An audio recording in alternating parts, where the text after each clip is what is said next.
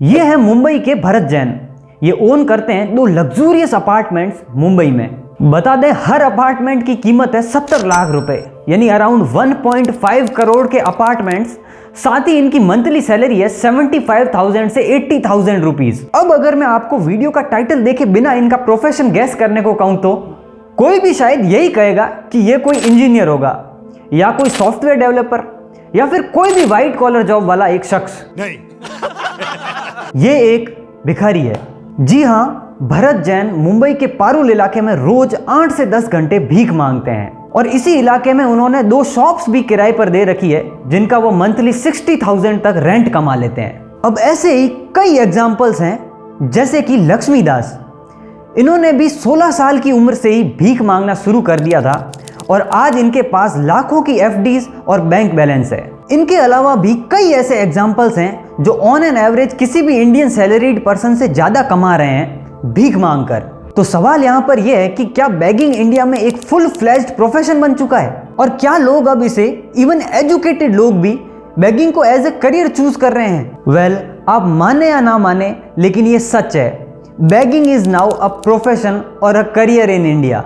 और आज के इस वीडियो में हम इसी 1.5 बिलियन डॉलर्स की बेगिंग इंडस्ट्री की सच्चाई को जानेंगे।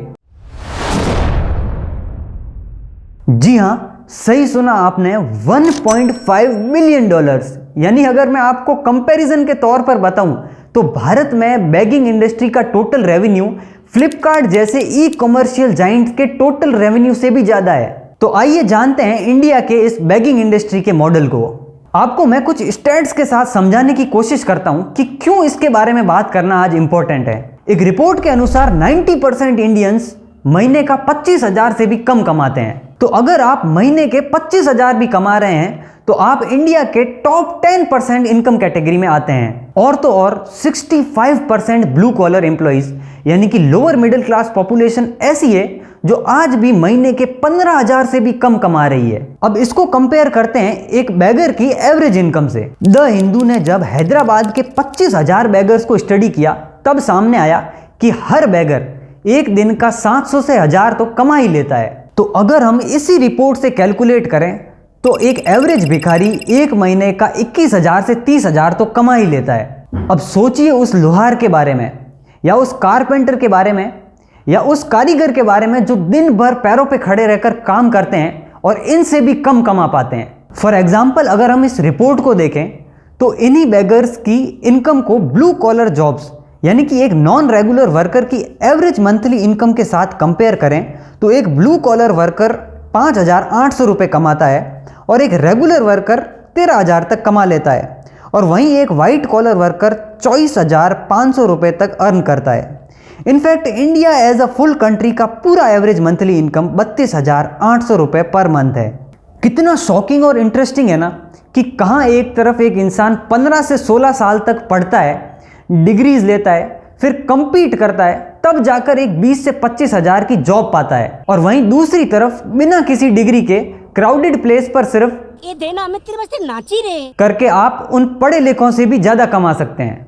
और यही कारण है कि पढ़े लिखे लोग अब जानबूझकर बेगिंग को एज ए करियर ज्वाइन कर रहे हैं। फॉर एग्जाम्पल, ये है Mrs Farzana, owner of a luxurious apartment in Hyderabad. उनका बेटा यूएसए में एक आर्किटेक्ट है और वो खुद एक एमबीए पास आउट है और लंदन के टॉप फर्म्स में अकाउंट ऑफिसर रह चुकी हैं। लेकिन आज इनका करंट प्रोफेशन है बेगिंग, भीख मांगना।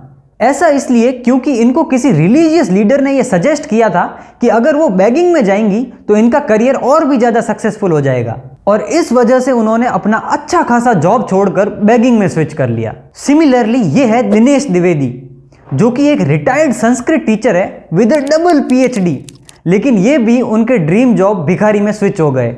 डबल पीएचडी होल्डर्स भिखारी बन रहे हैं। कभी सोचा था आपने कि ये इतना बड़ा प्रोफेशन बन जाएगा? खैर, ये एक पर्सपेक्टिव है इस पूरी इंडस्ट्री को देखने का, लेकिन क्या सभी लोग जानबूझकर बेगर्स बनते हैं? नहीं, ये एक पूरी इंडस्ट्री है और किसी भी दूसरी इंडस्ट्री से परे एक बहुत ही कॉम्प्लेक्स इंडस्ट्री है जो कि कई तरीके की इलीगल एक्टिविटीज जैसे कि ह्यूमन ट्रैफिकिंग, टेररिज्म और कई तरीके के अन्य क्राइम से लिप्त है।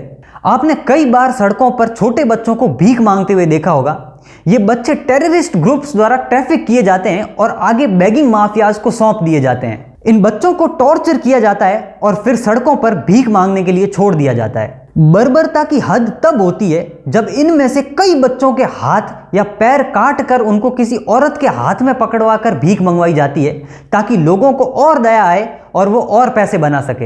ये नन्हे मासूम रोए ना, इसके लिए उनको नींद के इंजेक्शंस लगाए जाते हैं। अब सोचिए इंसानियत और किस हद तक गिरेगी। ये बच्चे कितने मेंटल डिसऑर्डर्स या हार्मोनल इम्बैलेंसेस के साथ बड़े होंगे। तो दोस्तों, ये थी बेगिंग इंडस्ट्री की एक अननोन साइड जिसके बारे में शायद आप अनजान थे।